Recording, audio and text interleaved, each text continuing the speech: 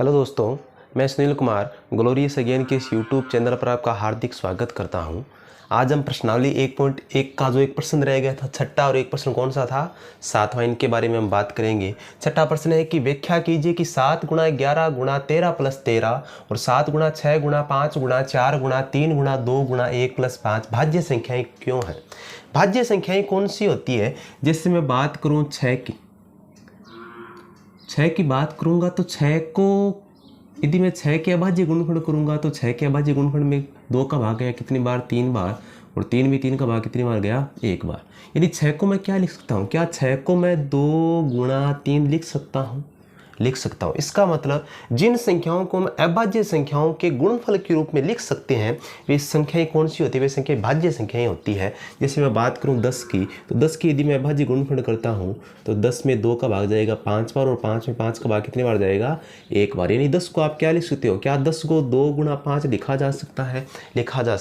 इसका मतलब जिन संख्याओं को हम अभाज्य संख्याओं के गुणनफल के रूप में लिख सकते हैं वे संख्याएं सारी कौन सी होती है, भाज्य संख्याएं होती है। और अभाज्य संख्याएं कौन होती हैं, जिनको हम अभाज्य संख्याओं के गुणनफल के रूप में नहीं लिख सकते। यानी जैसे मैं बात करूं 3 की, क्या 3 में और किसी का भाग जाता है, स्वयं और 1 के अलावा और किसी का भाग नहीं जाता। यानी जिन संख्याओं में स्वयं और 1 के अलावा और किसी का भाग नहीं जाता है वे संख्याएं कौन सी होती है, अभाज्य संख्या। जैसे मैं संख्या लूँ 5, 7, इन संख्याओं में 1 और स्वयं के अलावा और किसी का भाग नहीं जाता है, ये संख्याएं कौन सी होती है, अभाज्य संख्याएं।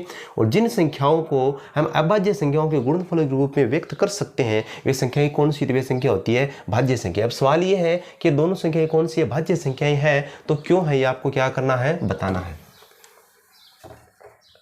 ये पहली संख्या को मान लेता हूं मैं x बराबर मान लेता हूं। x बराबर मैंने माना 7 गुणा 11 गुणा 13 प्लस 13, और एक संख्या आपको एक और दी गई है, ये संख्या और दी गई, इसको मैं मान लेता हूँ y बराबर। दो संख्या दी गई, एक संख्या है 7 गुणा 6 गुणा 5 गुणा 4 गुणा 3 गुणा 2 गुणा 1 और प्लस कितना है 5। ये दो संख्या आपको क्या दी गई है। अब पहली संख्या x बराबर है, दूसरी संख्या y के बराबर है, तो पहले इसको सरल करता हूँ। तो x बराबर, क्या इसमें से कुछ कॉमन आ रहा है, 13 कॉमन आ रहा है, तो क्या बच गया, 1 बच गया, 7, 1 बच गया 11, और प्लस जहाँ से पूरा कॉमन आ जाता है वहाँ कितना बचता है 1। तो x बराबर कितना आएगा 13, और 11 सती कितना होता है, 11 सती होता है 77, और प्लस से कितना हो गया 78। तो x बराबर कितना आया 13 का 13 और 77, ये कितना हो गया 78। 78 को आप फिर अभाज्य संख्याओं के गुणनफल के रूप में व्यक्त कर सकते हैं। 78 में सर्वप्रथम किसका भाग जाएगा, 2 का, यह जाएगा 39 बार, 39 में 3 का भाग जाएगा 13 बार, और 13 में तो आपको पता है 13 का भाग जाता है कितनी बार है, 1 बार। यानी 78 को आप क्या लिख सकते हो, 2 गुणा 3 गुणा 13। यानी x बराबर 13 का 13 है ही, गुणा 78 को आप क्या लिख सकते हो, 2 गुणा 3 गुणा 13। अब ये इतना ही सरल होगा। चलो y बराबर सरल करते हैं। तो y बराबर इसमें से कॉमन आ रहा है 5, तो 5 कॉमन आ गया, क्या बच गया 7 गुणा 6 गुणा 5 तो कॉमन आ गया, 4 बच गया, गुणा 3 गुणा 2 गुणा 1, और जहाँ से पूरा कॉमन आ गया वहाँ कितना बच गया 1।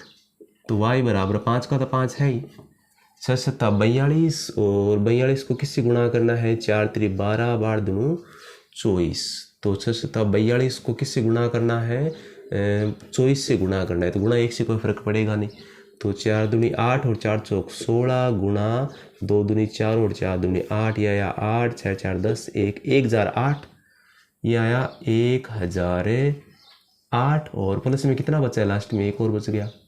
तो y बराबर 5 का 5 और गुणा 1008, ये कितना हो गया, ये हो गया 1009। हमने ये देखा कि x और y जो दोनों संख्या में दी गई थी, क्या हमने उनको अभाज्य संख्याओं के गुणनफल के रूप में व्यक्त कर दिया, हाँ कर दिया। इसका मतलब जिन संख्याओं को हम अभाज्य संख्याओं के गुणनफल के रूप में लिख सकते हैं वे संख्याएं कौन सी होती है, भाज्य संख्याएं होती है। यहाँ पर एक लाइन लिखेंगे कि दी गई संख्याओं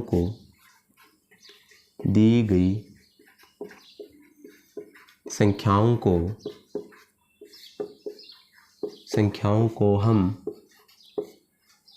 अभाज्य संख्याओं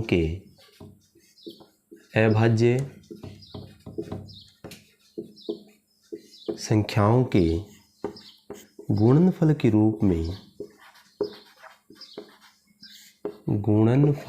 रूप में लिख सकते हैं, लिख सकते हैं। अतः x तथा y दोनों संख्याएं भाज्य संख्याएं होगी, भाज्य संख्याएं होगी। x और y को हमने माना है तो ये आप लिख देना यहाँ पर माना। ये 7वां सवाल है कि किसी खेल के मैदान के चारों ओर एक वर्ताकार पथ बना हुआ है, यानी खेल का एक मैदान, उसके चारों ओर क्या बना है, एक वर्ताकार है पथ बना हुआ है।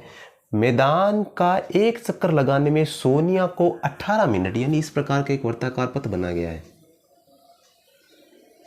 एक वर्ताकार पथ बनाया गया है।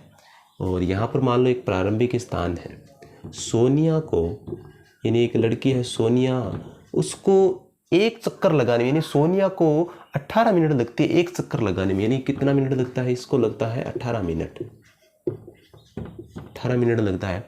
जबकि उसी मैदान का एक चक्कर लगाने में रवि को कितना मिनट लगता है, 12 मिनट लगता है। यानी एक रवि नाम का एक लड़का है, उसको इस मैदान का एक चक्कर लगाने में कितना मिनट लगता है, 12 मिनट लगता है, यानी 12 मिनट में एक चक्कर लगा लेता है। मान लीजिए वे दोनों एक ही स्थान, यानी इस स्थान से और एक ही समय पर चलना प्रारंभ करके एक ही दिशा में चलते हैं। मान लो इस दिशा में वे दोनों दौड़ रहे हैं, ऐसे वो दौड़ रहे हैं, एक ही दिशा में प्रारंभ करके एक ही दिशा में चलते हैं। कितने समय बाद वे पुनः प्रारंभिक स्थान पर मिलेंगे। अब देखो सोनिया है, वो 18 मिनट में एक चक्कर लगाएगी तो 2 चक्कर में कितने मिनट लगेंगे उसको, 2 चक्कर में उसको मिनट लग जाएंगे। 18 दूनी कितना आ गया, 36 मिनट बाद सोनिया 2 चक्कर लगाकर वापस इसी स्थान पर आ जाएगी। जबकि रवि क्या करेगा, रवि 12 एकम 12, 12 दूनी 24 और 12 तेना 36, यानी रवि 36 मिनट में 3 चक्कर लगा के वापस उसी स्थान पर आ जाएगा। क्या वे दोनों 36 मिनट बाद इसी स्थान पर मिल रहे हैं? हाँ, मिल रहे हैं। इसका मतलब सोनिया तो 2 चक्कर लगा रही है, जबकि रवि कितना चक्कर लगा रहा है, रवि 3 चक्कर लगा रहा है, और 36 मिनट बाद वे पुनः इसी स्थान पर मिल रहे हैं। जब इस प्रकार के सवाल आ जाए कि कितने समय बाद वे पुनः प्रारंभिक स्थान पर मिलेंगे, तो आपको इन संख्याओं का हमेशा क्या ज्ञात करना है, एलसीएम।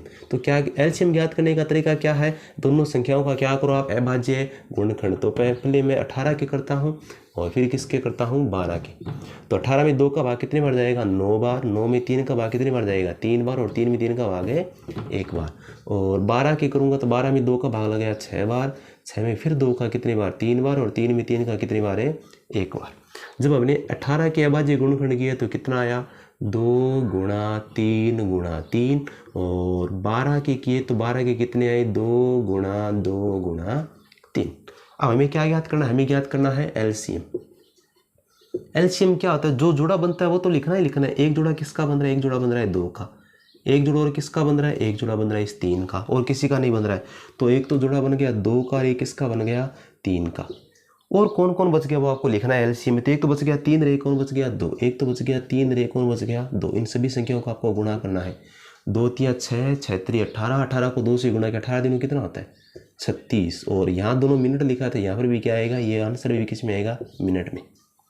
यानी 36 मिनट बाद सोनिया और रवि पुनः प्रारंभिक उसी स्थान पर मिल जाएंगे। तो लिखेंगे कि 36 मिनट बाद, अतः 36 मिनट बाद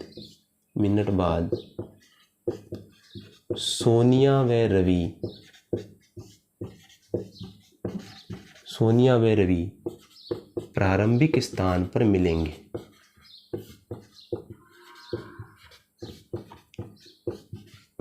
प्रारंभिक स्थान पर मिलेंगे। Thank you. यदि आपको ये वीडियो अच्छा लगा हो तो वीडियो को लाइक, शेयर और सब्सक्राइब जरूर करें। और जय हिंद, जय भारत।